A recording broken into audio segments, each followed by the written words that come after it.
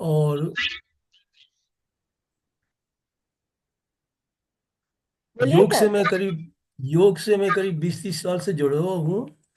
और डेली में जो है रविवार को छोड़ करके प्रतिदिन सुबह 6 से 7 बजे नेट योग कक्षाएं में ले रहा हूँ। प्रारंभ में कोई भी कार्य करने से पहले मैं हमेशा जो है ये बोलता हूँ कि हे प्रभु। प्रभु को जस्ट लाइक ए इंडिकेशन है। संसार के समस्त प्राणियों का जीवन मंगल में, सुख में, आनंद में व गरिमा में रहे, एवं मेरे द्वारा मन वचन काय से ऐसा कोई कार्य नहीं हो जिसके कारण किसी भी प्राणी को दुख और व्याधि पहुंचे।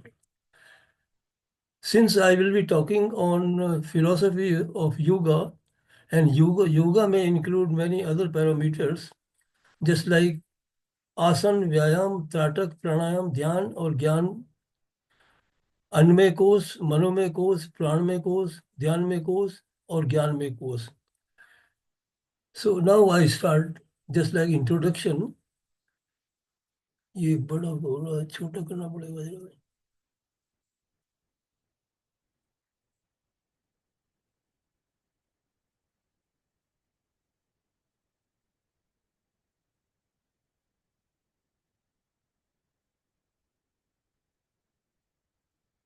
हाँ।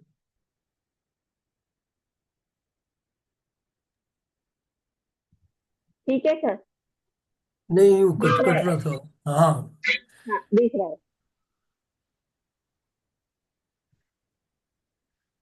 योग और ध्यान जैन धर्म में सभी तीर्थंकरों के लिए एक मुख्य साधना रही है।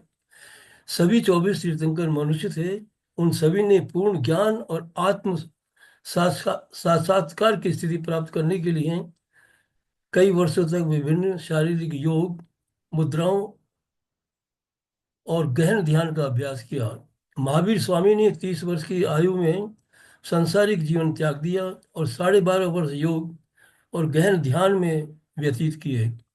इस अवधि के दौरान उन्होंने आध्यात्मिक रूप से प्रगति की और इच्छाओं, भावनाओं और आसक्तियों पर विजय प्राप्त की, और चार घातिया भ्रामक जो कर्म है उनको नष्ट कर आत्मज्ञान या केवल ज्ञान प्राप्त किया। नौ, ये मैंने ऑलरेडी बता ही दिया।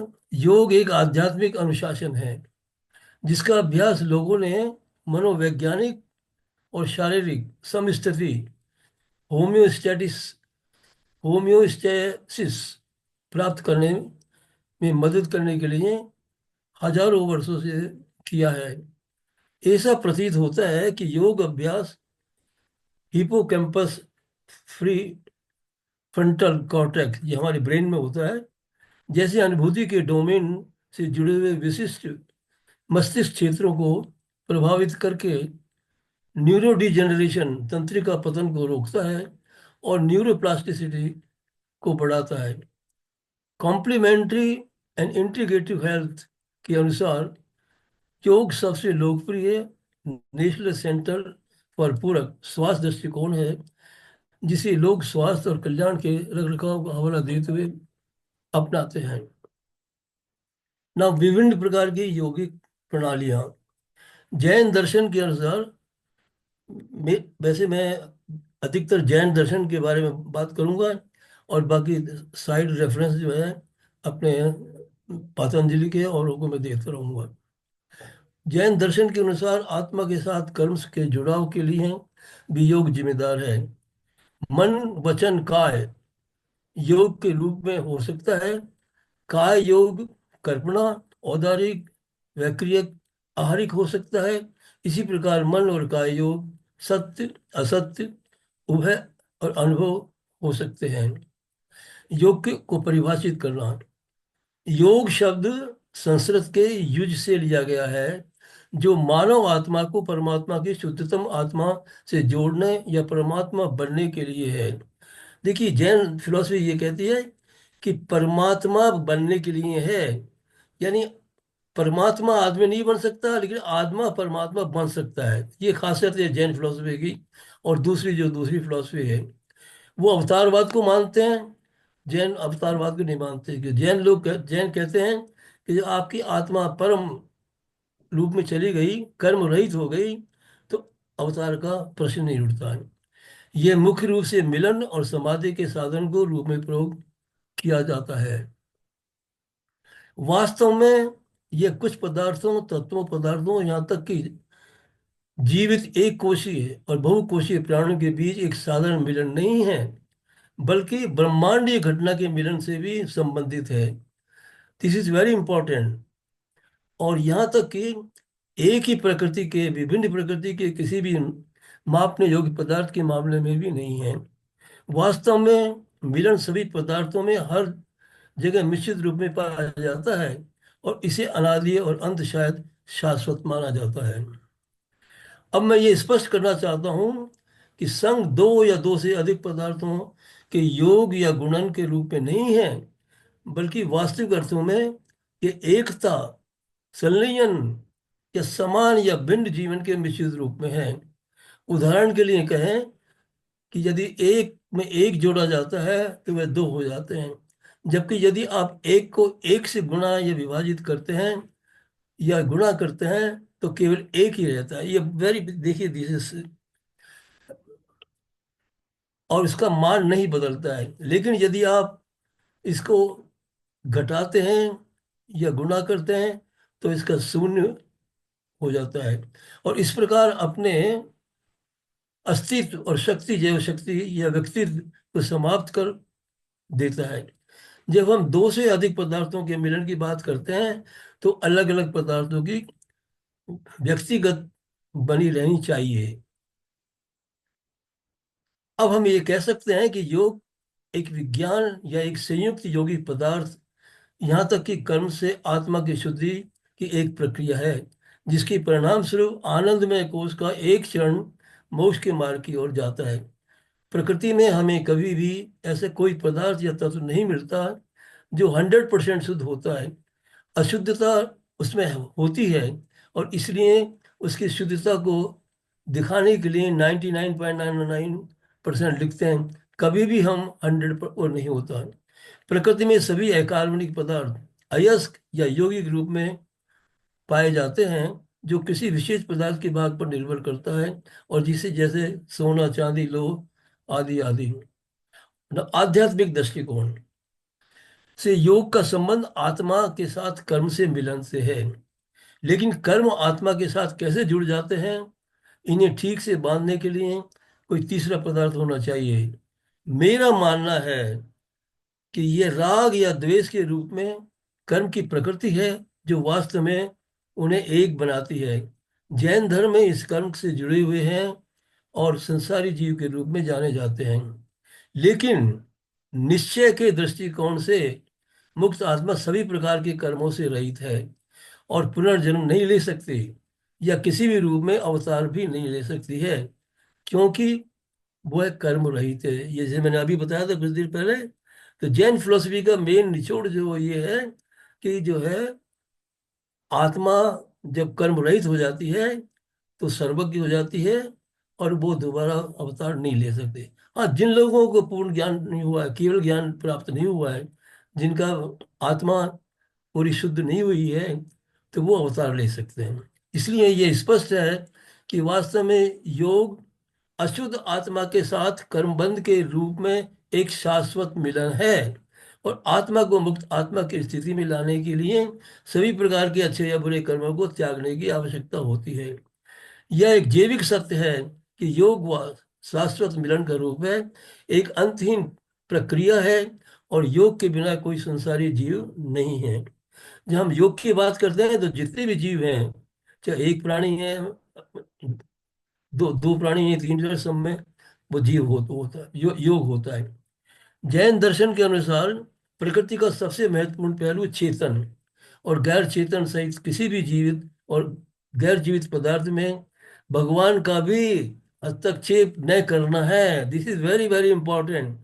जो जैन धर्म में और दूसरे धर्मों में जो खास अंतर है वो ये है, क्योंकि वे स्वतंत्र ध्रुव हैं, इसलिए जीव की क्रिया चेतन और अचेतन द्रव्य के बीच संबंध की प्रकृति पर निर्भर करता है। योग निवृत्ति योग और विक्षेप योग हो सकता है। निवृत्ति योग नए कर्मों के निर्माण की अनुमति नहीं देता है, जबकि पुराने कर्मों को नष्ट करने और आत्मा की मुक्ति के लिए जिम्मेवार है।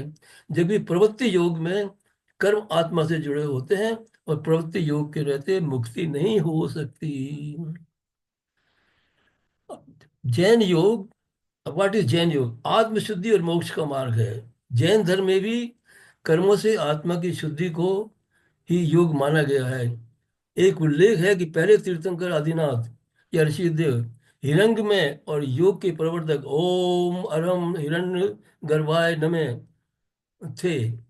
योग को परिभाषित करते हुए नियम सार में कहा है कि व्यक्ति का आत्म प्रयास के संबंध में जो एक विशिष्ट दृष्टिकोण है उसे योग कहते हैं। देखिए योग की डेफिनेशन देखिए यार, कि एक विशिष्ट दृष्टिकोण जो है उसे योग कहते हैं। अनिवार्य रूप से जैन दर्शन में योग का समग्र दृष्टिकोण से देखा जाता है और ध्यान योग का एक पहलू है जो ज्यादातर मानसिक और भावनात्मक पहलुओं से संबंधित है। योग और ध्यान दोनों मन की शुद्धि की ओर जाता है और जो आत्मा के गुणों के बारे में जागरूकता पैदा करता है और कर्मों के विनाश में उसकी सहायता करता है। अब इसे आत्म पूर्णता के लिए अपनी ऊर्जा के विभिन्न स्तरों को संतुलन और निर्देशित करने के एक व्यवस्थित प्रयास के रूप में परिभाषित किया जा सकता है। यह बिना भटके एक ही विषय पर मन को एकाग्र करने की प्रक्रिया है। यदि एक एकाग्रता तीव्र आवेश या नकारात्मक भाव जैसे आसक्ति द्वेष से उत्पन्न होती है तो वह हमारे लिए गलत और गैरपूर्ण और अयोग्य है।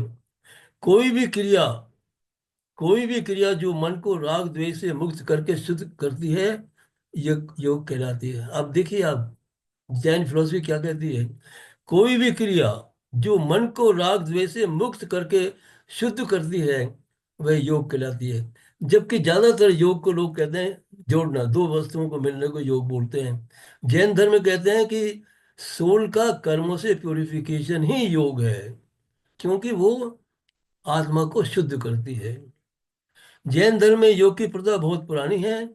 जैन धर्म के अनुसार भगवान ऋषभ देव जी संसार के पहले योगी थे। जैन योग में कई तरह के आसन किए जाते हैं, जैसे कि पद्मासन, अर्ध पद्मासन, वज्रासन, सुखासन, खड़े होना, लेटना आदि आदि। जैन योग में शारीरिक, मानसिक, भावात्मक और आध्यात्मिक स्वास्थ्य को बेहतर बनाया जा सकता है। जैन योग से तनाव कम होता है, ऊर्जा बढ़ती है और एकाग्रता में सुधार होता है। जैन योग से ताकत और स्थिरता मिलती है और ऊर्जा का प्रभाव संतुलित होता है। जैन योग वरिष्ठों, दृष्टिबाधित लोगों, लंबी बीमारी से जूझ रहे लोगों और गर्भवती महिलाओं के लिए भी सुरक्षित है। मतलब ये सब लोग जो है योग को कर सकते हैं, उसमें कोई अड़चन नहीं है। जैन योग कामकाजी लोगों के लिए फायदेमंद है। जैन ध्यान के लिए कई सामान्य आसन हैं, जिनमें पद्मासन, अर्ध पद्मासन, वज्रासन, सुखासन, खड़े होना, लेटना शामिल है। 24 कीर्तनों को हमेशा इन दो मुद्राओं में, कैल स्वर में कमल, पर परिकासन या पद्मासन में देखा जाता है। जैन योग की खास बातें।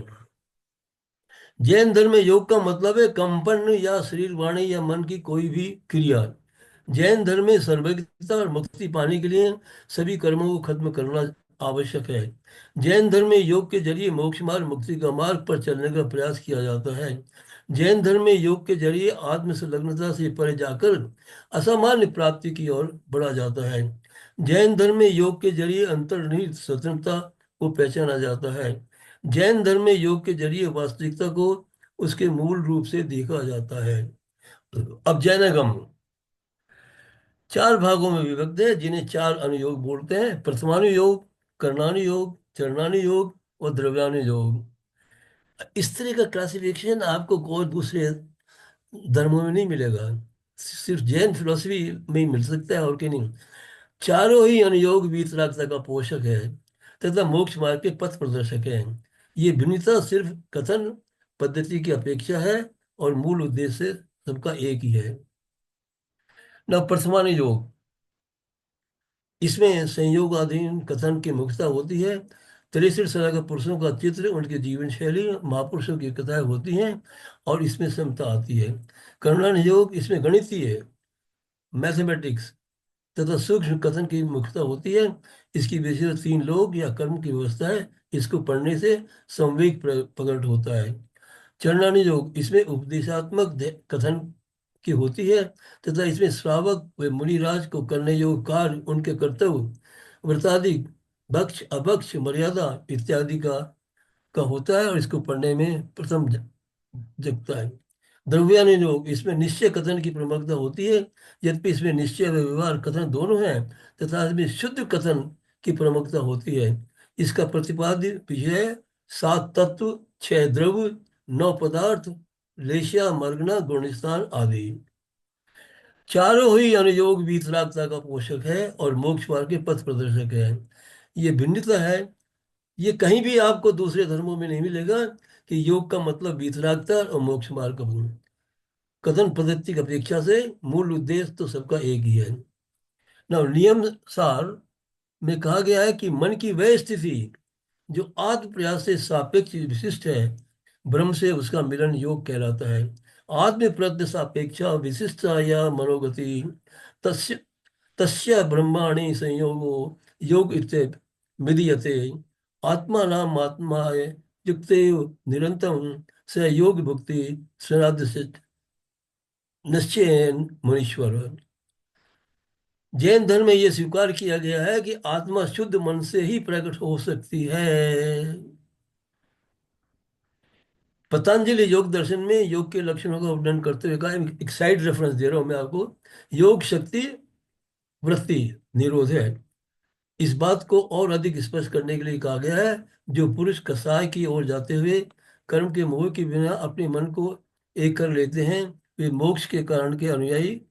यही कारण है कि मोक्ष की कोई अन्य तांत्रिक या कोई मंत्र नहीं है। अर्थ यह है कि जो भी सांसारिक आत्मा शुद्ध आत्मचेतना संवेदना के ज्ञान के निर्विकल्प आत्म वितराग के साथ विपरीत दिशा में जाते हुए उसे अपने शुद्ध स्व से स्थापित करता है, माध्यम से मन को वापस ले लेता है।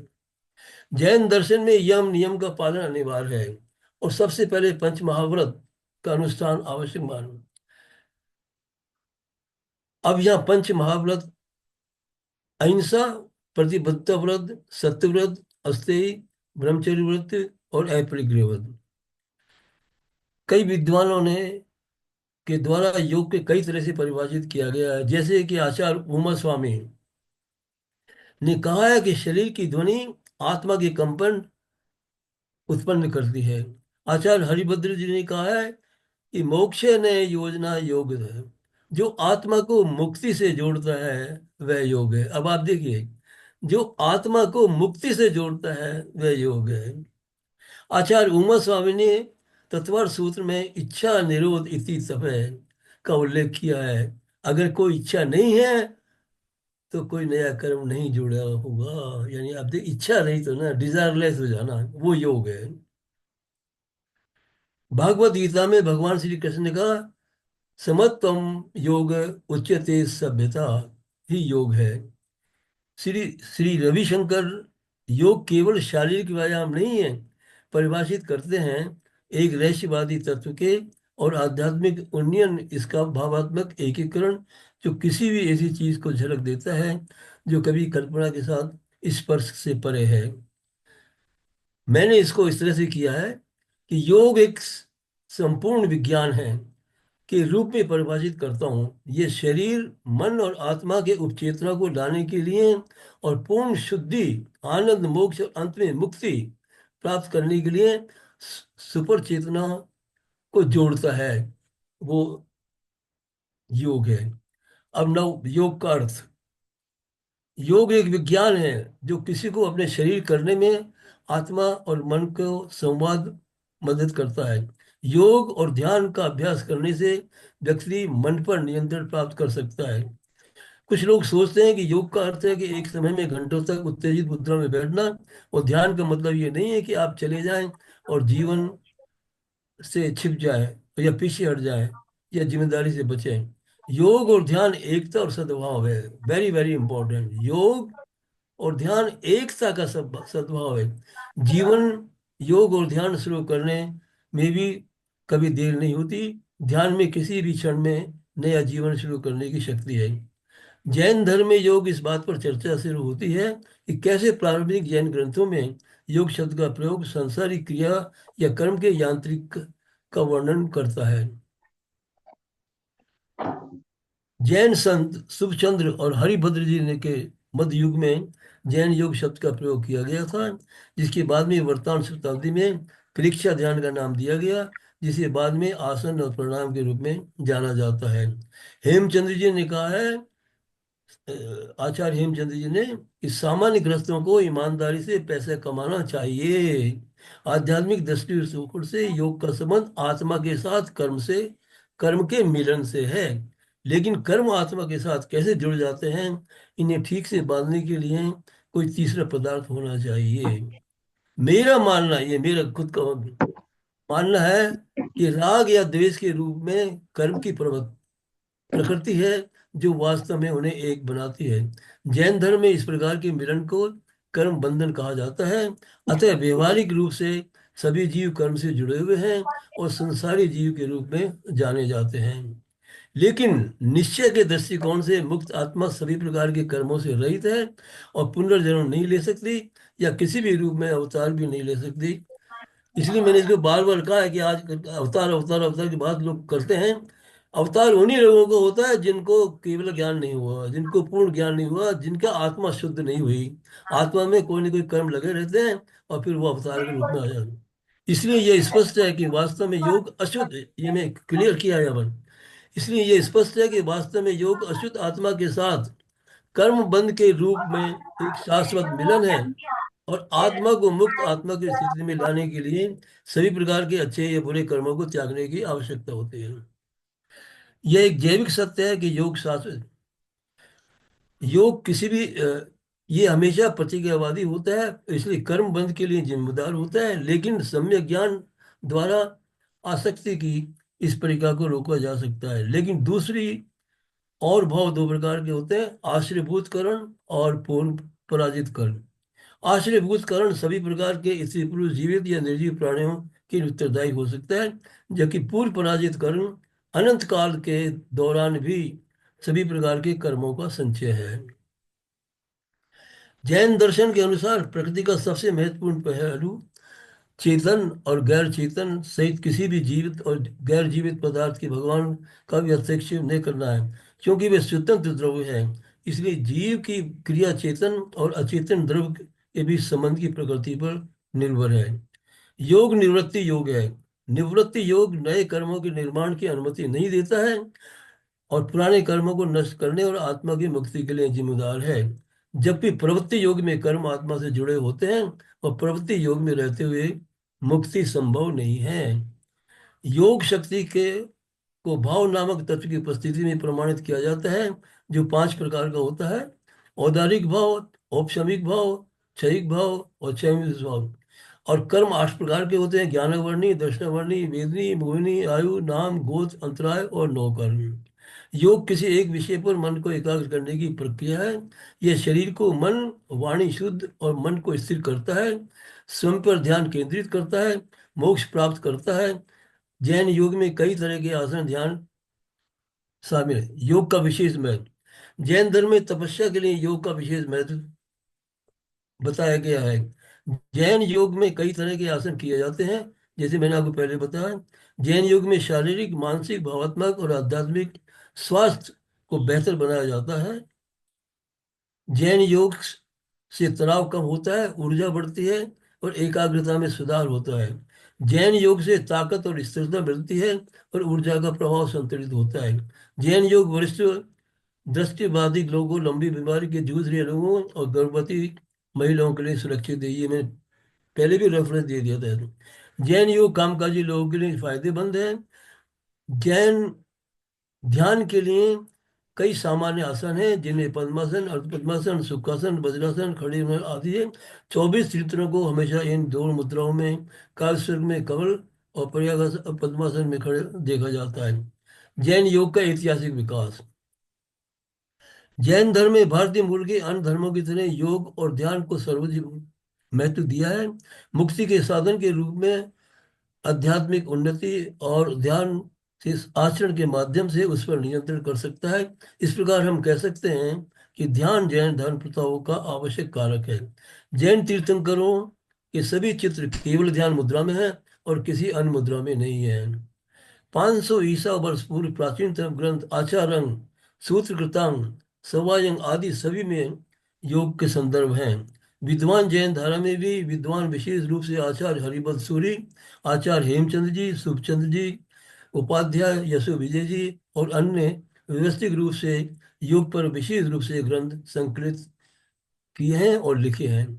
8वीं शताब्दी में जैन दार्शनिक हरिभद्र ने भी अपने योगा इष्टि समुच्चय के माध्यम से जैन योग के विकास में योगदान दिया है। हरिभद्र की 4 रचनाएं, योग शतक, योग विंशिका, योग बिंदु और योग दृष्टि, अन्य दृष्टिकोण विशेषकर वैदिक को आत्मसात करने में बहुत विस्तृत और अनुकूल है। चंद्राचार्य के योग शास्त्र बहुत व्यापक है। शुभ समाचार का ज्ञान ज्ञानावरणव योग के लगभग हर पहलू से संबंधित है। उपाध्याय यशो विजय ने 3 ग्रंथ आत्मसार, अध्यात्म निषद और दवि भांसी दवि विंशिका लिखे। इसके बाद कई संतों ने अपने अपने कार्यों में योग की व्याख्या की। वर्तमान में आचार्य तुलसी, आचार्य महाराज, आचार्य शिव मुनि, चंद्र प्रभा सागर, ललित प्रभा सागर ने व्यापक रूप से लिखा है और योग अवधारणाओं और प्रथाओं को लोकप्रिय बनाने और फैलाने में बहुत योगदान दिया है। आधुनिक काल में जाना जाता है इस प्रेक्ष्य ध्यान इसको प्रेक्ष्य ध्यान नाम से योग का एक जैन रूप उभरा है। अभ्यास और योग के वैश्वीकरण के माध्यम से जाने वाले शारीरिक आसन और सांस लेने के व्यायाम शामिल हैं। जैन योग के कुछ शुरुआती सूत्र: उत्तराध्यान सूत्र, स्वानयक सूत्र, स्थानांग सूत्र, दूसरी शताब्दी ईसा पूर्व, ये दूसरी कुंद कुंद का वर्षा, अणुपेक्षा, चिंतन बार है। पहली शताब्दी ईसा पूर्व से पहली शताब्दी की छठी और जैन द्रग्नि, क्षमादान, जिन भद्रग्नि, क्षमा क्षमानुन शताब्दी आदि। हरिभद्र का योगा दिस समूह के 8वीं शताब्दी का, हेमचंद का योग शास्त्र 12वीं शताब्दी का। हरिभद्र सूरी ने 9वीं शताब्दी में जैन योग पर 4 पुस्तकें लिखी हैं। इसके अलावा जैन धर्म में योग पर कुछ किताबें लिखी हैं, आचार्य द्वारा लिखी गई हैं। मैंने भी एक किताब लिखी है, योग जैन विज्ञान केंद्र। ये मेरा ट्रेनिंग सेंटर है जिसमें मैं कराता हूँ। और ये योगा, ये बहुत विस्तृत जो है, करीब 100 पेज की, 70 पेज की है। और इसमें सारा जो है डिटेल वर्णन दिया है। इसके अलावा और भी है, योग शतक है, बिंदु का योग दृष्टि समुच्चय, योग दृष्टि संयोजक, योग गणना, शुभचंद्र अंश, शुभचंद्र आचार्य ने योग काल ज्ञानावरण, हेमचंद्राचार्य, चिदानंद जी महाराज, तत्वार सूत्र में योग जयचंद सोनी। जैन धर्म में एक्स्ट्रा सेंसरी परसेप्शन, योगी प्रत्यक्ष, इसके सिद्धांत के प्रमाण और इसके लिक्विड ऑक्सीजन निहार्थ एपिट्रियोड से रोविक्स ने लिखा है। जैन धर्म में अति संवेदी बोध और योगी प्रत्यक्ष, जैन योग अध्यात्म और नैतिकता और रहस्यवाद कमलचंद सोगानी। योग के बारे में यशो विजय का दृष्टिकोण जेफरी लॉन्ग। जैन योग में प्रेक्ष्य ध्यान आत्मा से उचित आदेश के लिए एक आदर्श अनुष्ठान, स्मिता कोठारी। एक तुलनात्मक और महत्वपूर्ण अध्ययन, Sagarmal Jain, Andrea Jain, Jain modern yoga, the case of the Preksha Dhyana. Christopher chapel, Jain धर्म में योग का समकालीन भाव। पुरातात्विक साक्ष्य और प्राचीन शास्त्रों के अध्ययन से पता चलता है कि प्राचीन भारत में योग और ध्यान का अभ्यास 3000 ईसा पूर्व से किया जाता था। जैन योग दर्पण, बाबूलाल जैन। जैन आचार्य हरिभद्र सूरी की 8वीं शताब्दी में इस तरह से योग पर 4 पुस्तकें लिखी। अपनी पुस्तकों के माध्यम से जैन योग के विकास में योगदान दिया। अन्य कई विचार हुए हैं, जैसे मेरी किताब का इसमें लिखा है कि जैन योग में मुक्ति और मोक्ष के मार्ग है। जैन जैन योग में मुक्ति और मोक्ष के मार्ग कौन कौन से हैं? रत्नत्रय, सम्यक दर्शन, सम्यक ज्ञान, सम्यक चारित्र। आचार्य समुद्र ने रत्ना कर्ण कर्णदत्त श्रावकचा के अनुसार जैन धर्म के निम्नलिखित 5 व्रतों को उल्लेख किया है। ये आप सब जानते हैं, अहिंसा, सत्य, अस्तेय, ब्रह्मचर्य, अपरिग्रह। अपरिग्रह व्रत का फल योग सार में बताते हुए कहा है कि जितेंद्र देव ने कहा है कि यदि आत्मा शुद्ध आत्मा को व्रत और संयम से पहचान ले तो उसे शीघ्र ही सिद्धि की प्राप्त होती है। जैन आचार्य हेमचंद ने कहा है कि जैन दर्शन में योग का 3 प्रकार की गतिविधि प्रवृत्ति है, मन योग, वचन योग और काय योग। उन्होंने निष्कर्ष निकाला कि सच्ची साधना हमारे विचारों को रोकना नहीं है, छुटकारा पाने पर ध्यान केंद्रित करना नकारात्मक, बल्कि नकारात्मकों को से नकारात्मक प्रकार के योग बंद करना होता है, इनको खुद को मुक्त करना होता है। अब ये गुण स्थान जो है, ये मैंने इसलिए लिया है कि आसक्ति और योग के कारण आत्मा के गुणों के बीच सामंजस्य को गुण स्थान कहते हैं। आसक्ति और योग का गुण स्थान में जब तक ये जो है नहीं होगी, तब आपको पूर्ण ज्ञान प्राप्त नहीं हो सकता। अब जैन समाधि, जैन धर्म में समाधि के 2 अर्थ हैं, एक योग या संयोग और दूसरा संग। लिखित तरीकों से प्राप्त किया जा सकता है। भक्ति योग, भक्ति योग हमें पवित्र विचारों और मन को केंद्रित करने को देता है। भक्ति योग में विनम्रता का विकास होता है, अहंकार का नाश होता है। भक्ति योग में धर्म का एक ही मार्ग है जिसे जरिए आंतरिक विकास किया जाता है और मोक्ष की प्राप्ति होती है। भक्ति योग निस्वार्थ भक्ति और हर चीज में पवित्रता या दिव्यता की पहचान का अभ्यास है। भक्ति योग में ज्ञान योग और कर्म योग के अलावा योग की एक और धारा है। भक्ति योग में भजन कीर्तन और सत्संग करना शामिल है। भक्ति योग में परमात्मा और साथ एक रूपता अनुभूति है। भक्ति योग में मन और परमा भक्ति योग में प्राण मात्र परमात्मा दर्शन होने की अनुभूति होती है। ना ज्ञान योग, ज्ञान योग के उद्देश्य अद्वितीय और सर्वोच्च आत्मा की प्राप्ति है। ज्ञान योग योग कई धाराओं से एक है, ये आत्मज्ञान का मार्ग है। ज्ञान योग में स्वाध्याय, चिंतन और ध्यान के जरिए ज्ञान प्राप्त किया जा सकता है। तीसरा कर्मयोग, कर्मयोग अर्थात कर्म में लीन होना, योगा कर्मों कृष्णायाम योग है। धर्माचरण करके पापों का क्षय करना, कर्मसु कौशलम वास्तव में कर्मयोग है, जिसके माध्यम से हम अपनी जीवनात्मा से जुड़ पाते हैं। कर्मयोग हमारे आत्मज्ञान को जागृत करता है। इसके बाद हम न केवल अपने वर्तमान जीवन के उद्देश्यों को बल्कि जीवन के बाद भी अपनी गति का पूर्वाभास कर सकते हैं। राजयोग एक ध्यानात्मक योग पथ है जो मन पर नियंत्रण।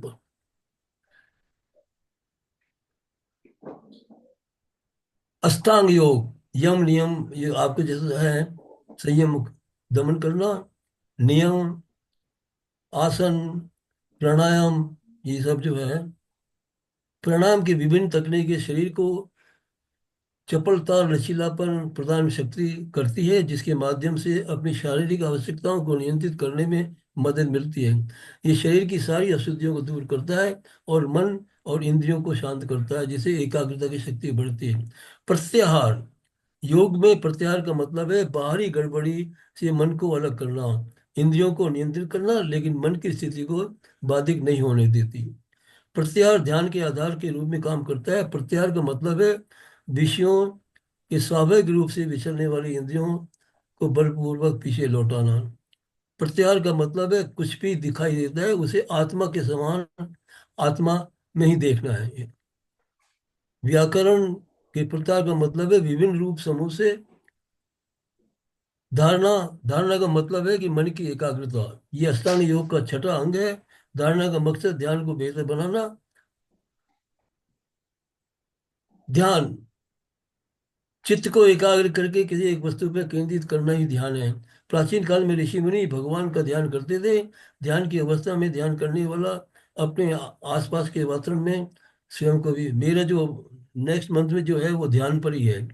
समाधि, तो आध्यात्मिक दृष्टिकोण से योग का संबंध आत्मा के साथ कर्म से मिलन से है, लेकिन कर्म आत्मा के साथ कैसे जुड़ पाते हैं, इसका ठीक बांधने के लिए कोई तीसरा पदार्थ होना चाहिए।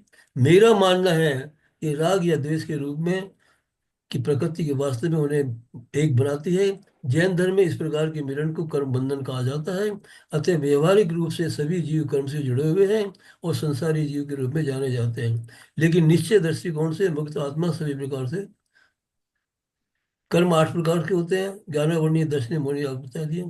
योग्याभ्यास से लाभ, योग व्यायाम धीरे धीरे शरीर को टोन, मुद्रा और सुधार, लचीलेपन सुधार की कल्याण भावना को योगदान में मददगार है। अधिकांश योगाभ्यासों का परिसंचरण में सुधार पर गहरा प्रभाव पड़ता है। विशेष रूप से हाथ पैरों तक योग व्यायाम से रक्त वाहिकाओं को लचकदार और कुछ मामलों में उच्च रक्तचाप को कम करने में भी मददगार है। योग व्यायाम धीरे धीरे शरीर की ग्रंथियों और अंगों पर दबाव डालता है, जिसके परिणामस्वरूप पाचन, अंतर्स्रावी, प्रजनन प्रणाली पर सकारात्मक प्रभाव पड़ता है।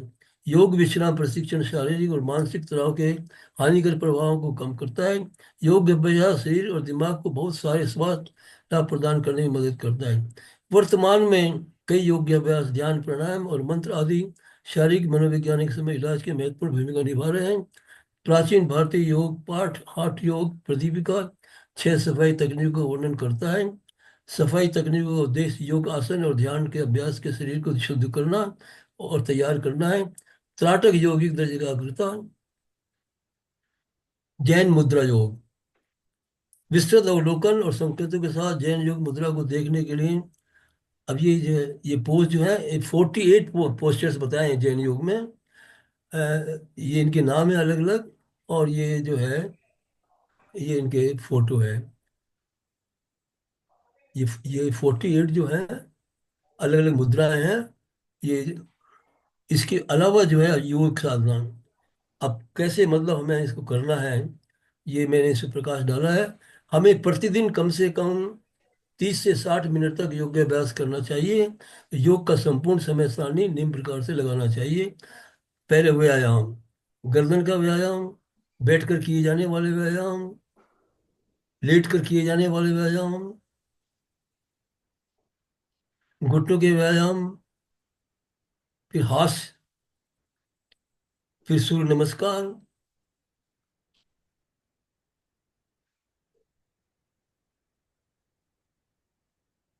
ये सारे जो फोटोग्राफ्स हैं मेरे स्वयं के हैं, और ये चूंकि मैं 25-30 साल से जुड़ा हुआ हूँ। और ये नमस्कार, ताड़ासन, पाद हस्तासन, एक पदासन, दंडासन, साष्टांग आसन, भुजंगासन, पर्वतासन, एक पदासन, पदस्थान, ताड़ासन और नमस्कार, ये 12 जो है आसन। न इसके बाद में आसन, आसन में मोटे रूप में पद्मा, सिद्धासन, सुखासन, वज्रासन और मुद्रा वर्गीकृत है। विभिन्न पद्म मुद्राओं में आसनों की सूची। ये आसन बैठ करके वज्रासन में अलग अलग है। ये इसमें मेरी जो है मेरे स्वयं के आप देख सकते हैं। शलवासन, विश्राम योग मुद्रा में, भुजंगासन, त्रिकोणासन, मत्स्य आसन, अर्धपदासन, भुजंगासन, ये मेरे ये मेरे लड़का है। धनुरासन, ऊर्ध्वासन, मत्स्यासन, अलग अलग आसनों में ये बैठे हुए आसन। ये करीब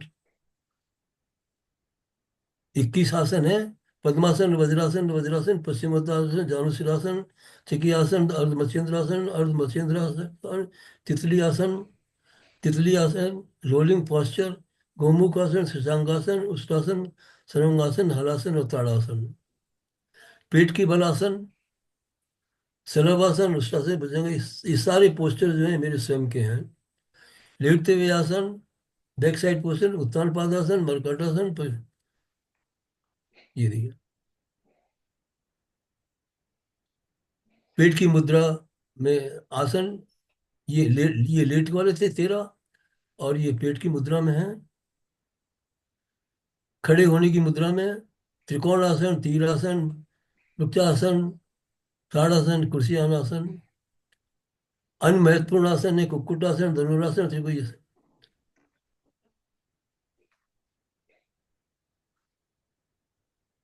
ये मेरी लड़की है। भूमि नमन, चक्रासन, उत्पद आसन, गोमुख आसन, ये सारे जो आसन ये मेरी जो आते थे करने के लिए, जिनके ठीक करते थे, मैंने कुछ चित्र उनके ले लिए हैं। ना नेक्स्ट इज त्राटक क्रिया। त्राटक से भी आपका योग होता है, क्योंकि मेन जो त्राटक है, आपकी दृष्टि है, अगर वो स्थिर नहीं है तो आप योग नहीं कर सकते। त्राटक एक तरह का ध्यान है जिसमें किसी वस्तु पर अपनी नजर को तब तक टिक कर रखा जाता है जब तक कि ये वस्तु आंखें बंद होने के बाद भी दिमाग में नजर आने लगे। त्राटक क्रिया में कई फायदे हैं, जिसमें कुछ ये है। त्राटक नहीं केवल मन की विकर्षणों को समाप्त करता है, बल्कि एकाग्रता और क्षमता को भी बढ़ाता है। यह स्मरण शक्ति को बढ़ाता है, मन को एक जागरूकता और ध्यान एकाग्रता की स्थिति में लाता है। वर्तमान समीक्षा में टीका, तकनीकी तंत्र और वर्णन किया है। त्राटक दिमाग तीक्ष्ण होता है, एकाग्रता बढ़ती है, त्राटक की याददाश्त बढ़ती है, मन को शांत करता है, आध्यात्मिक शक्तियों का विकास करता है, तनाव कम होता है। अंधेरे कमरे में बैठकर त्राटक का अभ्यास करें, ये इस तरह है। आप रोजाना कभी कभार भी त्राटक की अभ्यास कर सकते हैं। वास्तविक और निरंतर लाभ के लिए नियमित अभ्यास सबसे अच्छा है। आंखों की पुतलियों को दाएं बाएं, त्राटक नेत्र व्यायाम, त्राटक का उचित उपयोग। त्राटक के अभ्यास में कुछ कठिनाइयां आ सकती हैं, उनको जहाँ तक हो आप जो है, क्योंकि पलकों की गणना एक स्वाभाविक प्रवृत्ति है, इसका थोड़ा ध्यान रखें। पामिंग ये भी एक आपका त्राटक की वो है। पलक झपकना, घूणी देखना, आर्ट के चित्र को जूम करने का निर्देश, ये सब जो है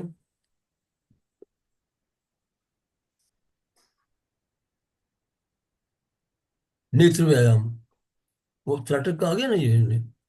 त्राटक के तरीके, त्राटक की कई विधियां हैं जिनका उपयोग पसंद और स्थिति में अनुसार किया जा सकता है। एक पत्ते पर एक बड़ा पान का पत्ता लें, मूंगफली के आकार की काली बिंदी बना लें, इस पत्ते को कार्डबोर्ड पर चिपका दें और अपने पीछे एक दीपक या लगा लगा लें और त्राटक का अभ्यास करें। अपनी पलकों को मोमबत्ती पर रखें, जिस बिंदु पर सुबह हो मोमबत्ती की लो को देखें। अंधेरे में कर सकते हैं, नीला आकाश की तरफ देखें।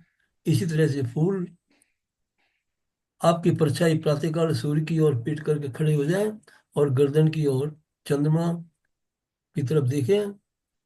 जल पर त्राटक के अभ्यास करें, आंखें एक स्थान पर स्थिर रहनी चाहिए, उन्हें लहरों के साथ नहीं चलना चाहिए। बदलते आंखें खुली रखें तो खिड़की खोलें, जब ट्रेन से यात्रा कर रहे हैं तो बदलते हुए उसको देखें, पलकें झलमलाएं नहीं। तो इस तरह से जो है ये सब वो जो है,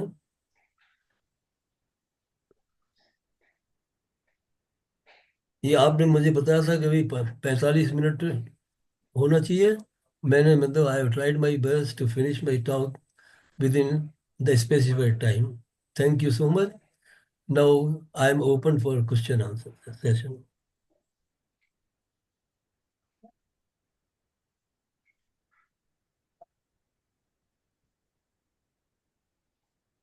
ध्यानचंद साहब, यस सर। मेरा नाम सुरेंद्र सिंघवी है। मेरा एक क्वेश्चन है, हाँ ये प्रमाण